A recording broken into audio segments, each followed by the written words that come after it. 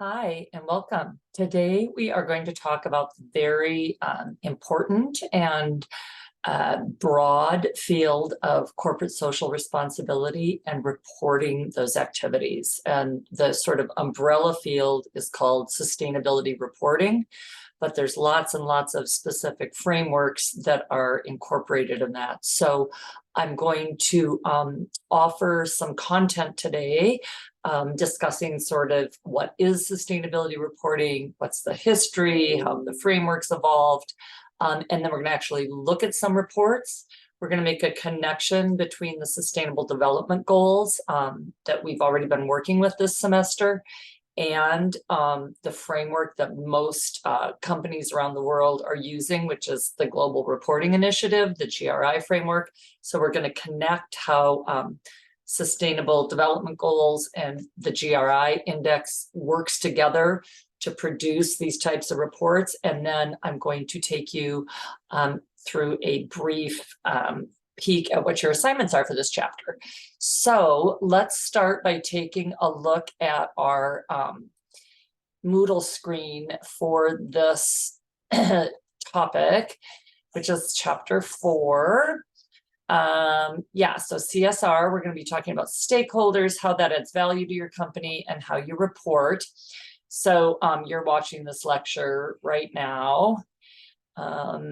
I've got the outcomes listed. So we're going to actually look at this from two different realms. The first week, we're going to look at it as the organization that's reporting, right? So I'm gathering all my environmental, social, and governance behaviors and metrics and giving them to my stakeholders. And then in the second week, we're going to be on the other side of it, and we're going to be the investors, right? So we're going to be looking at how I use that information to make a decision on where I'm going to put my $100 a month in my 401k. So it's kind of it's a two, we're going to look at it from both sides. Here are your readings. We're going to be using this Businesses for Social Responsibility 5 Steps to Good Sustainability Reporting throughout my lectures. Today, I'm going to have it in a couple different files so it doesn't get too long. And this is like a 60-page report. So obviously I'm not asking you to read it as much as to sort of we're going to look at the table of contents and the primary topical areas. And you'll be given some choices on what to dig into on your own for the assignment. This is going to be a document we're going to be using quite significantly here, the connection of Sustainable Development Goals and the Global Reporting Initiative. I think I talked about that a second ago, and so we'll be looking at this quite a bit.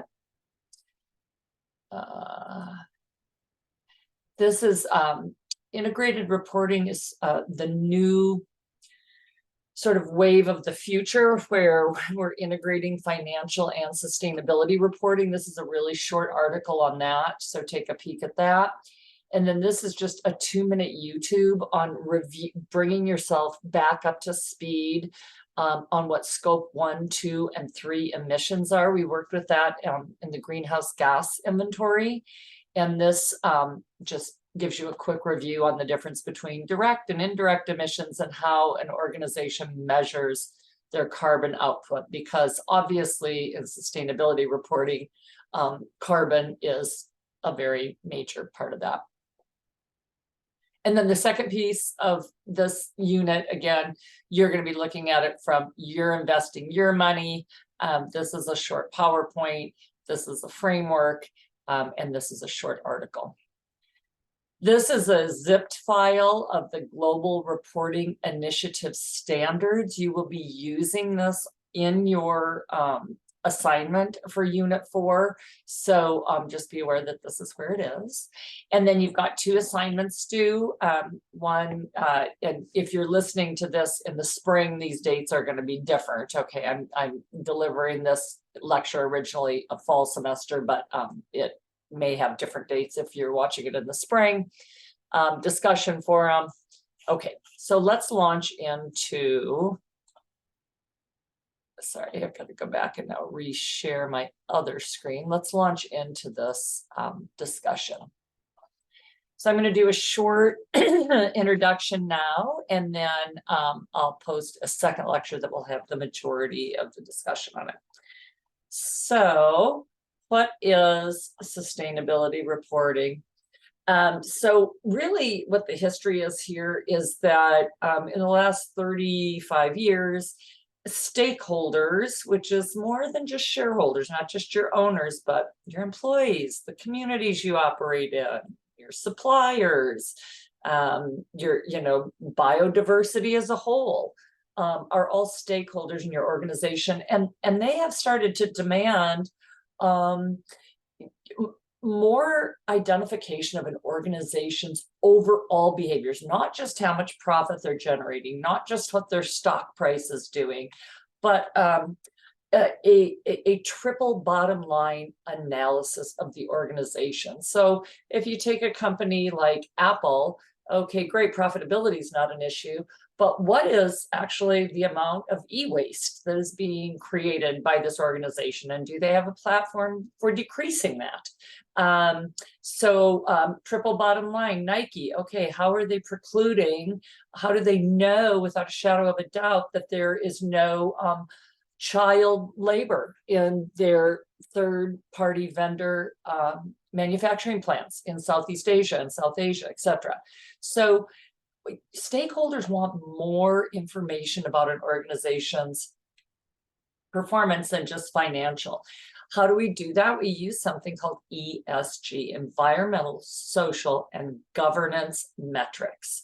So we've got now this whole reporting package that you're still doing your traditional financial reporting, but you're adding on data and metrics with all this additional info.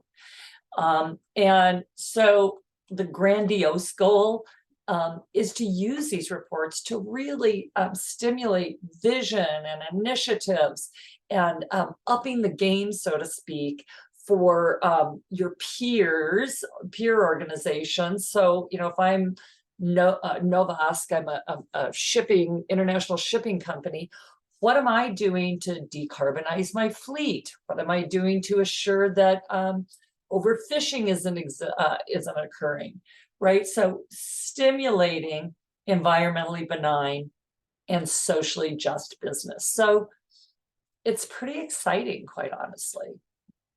Okay, I'm not going to spend a ton of time going through all these. I just want you to get an idea of this has been evolving for a number of years. I mean, it still really is in its infancy when you think about, you know, the actual time frame.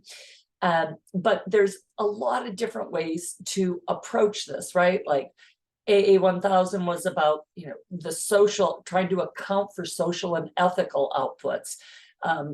SA 8000 was about labor rights. I mean, you can read this. The ISO 14000 is an international standards. This was like, how do you know that eco-labeling is really what it says it is? And then, of course, GRI, which is the one I've alluded to that we're really going to spend a lot of time on, is the Global Reporting Initiative, and that is about public reporting. Okay, so that's sort of historical. Well, where are we now? GRI has really risen to the top of the pack. And again, that's what we're going to be focusing on.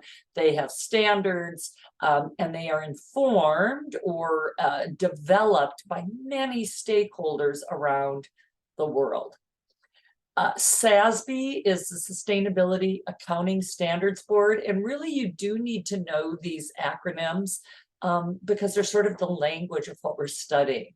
So SASB, Sustainable Accounting Standards Board, this is what investors are interested in. In other words, how does climate change mitigation impact my financial statement? Well, if I'm a real estate developer in South Florida, climate change mitigation is kicking my butt because I'm having to build seawalls and I'm having to reinforce my buildings. And in some cases, I can't even get insurance anymore. So this is a direct tie between how sustainability issues, whether it's climate change, waste, you know, fresh water, how is that impacting my business? This is the IIRC is integrated reporting council. This is also investors and integrating your financial and business information. We're going to look at this in a little bit more depth. TCFD is directly, this is the task force on climate related financial disclosures. And this is just dials in very much sort of what I was talking about, risk management. What are my targets? What are my metrics? How does climate per se impact my business? SDGs we've already worked with, right? Sustainable Development Goals. And CDP is the Carbon Disclosure Project. And this is, it's a model or a framework that organizations use to gather information on their carbon emissions in the different scopes, and then publish them and use benchmarks of other like-kind organizations. So we're going to be focusing on GRI and SDGs, but I mean, this is the multitude of frameworks where we're at now. Well, so who's driving this ship? In the last unit, we talked about sustainability drivers. Now my question is, who's driving the sustainability reporting ship? And the answer is institutional investors. These are really, really big investors like public employee retirement systems and the government of Texas, right? So it's not you or I putting our $200 a month into our 401k, although we'll see in the second part of this unit that these investors are shifting, are informing the story as well. In 2011, for example, 20% of all of the big 500 publicly traded companies in this country reported, and now 92% of them report. So when you think about that, it's not a very long time frame. Clearly, this is becoming a very critical issue for companies and for stakeholders. The new kid on the block, and this is a really very controversial political issue. The SEC is the Securities and Exchange Council, and they are the organization in the United States that is vested with the task of making sure that companies that are publicly traded on our stock exchanges, that they are authentic and credible, that their information is credible and material, and that you can have somebody audit it or assure it and come up with the same results. And the SEC, from pressure from stakeholders, is proposing that all companies that are traded now, not just the 92%, but everybody has to report their 3 scopes of emissions. This is huge information, because can you imagine that organizations like Exxon or ConAgra or Monsanto want to publish their carbon emissions? The answer is no, they don't. And there's a lot of pressure on Congress to roll back. Right now, it's actually at a standstill in 2023, but the goal is to get organizations to disclose via narrative what your emissions footprint is, right? So talk about it in a management disclosure. An independent attestation is the fancy word for audit. So somebody's got to come in and audit, either in a limited assurance and hopefully moving to a reasonable assurance that, yeah, this is in fact your 3 scopes of emissions. And I mean, think about what we're talking about here. If you're a Monsanto operating, in 100 countries with $100 billion in sales and plants all over, like this is not nothing to accumulate and be audited. And then you've got to have a note in your financial statements that talk about this. So this is standardizing carbon reporting, very, very big deal. And then the emerging trend, as I alluded to earlier, is to integrate all of this financial and sustainability reporting and talk about how your company's strategy is dependent on that. This is just a quick graphic that shows how human rights and privacy and everything fits into this idea of integrated reporting. We're not there, but we're moving there. I'm going to pick back up with this in the next video. So thank you for sticking with me so far, and we'll see you in the next one.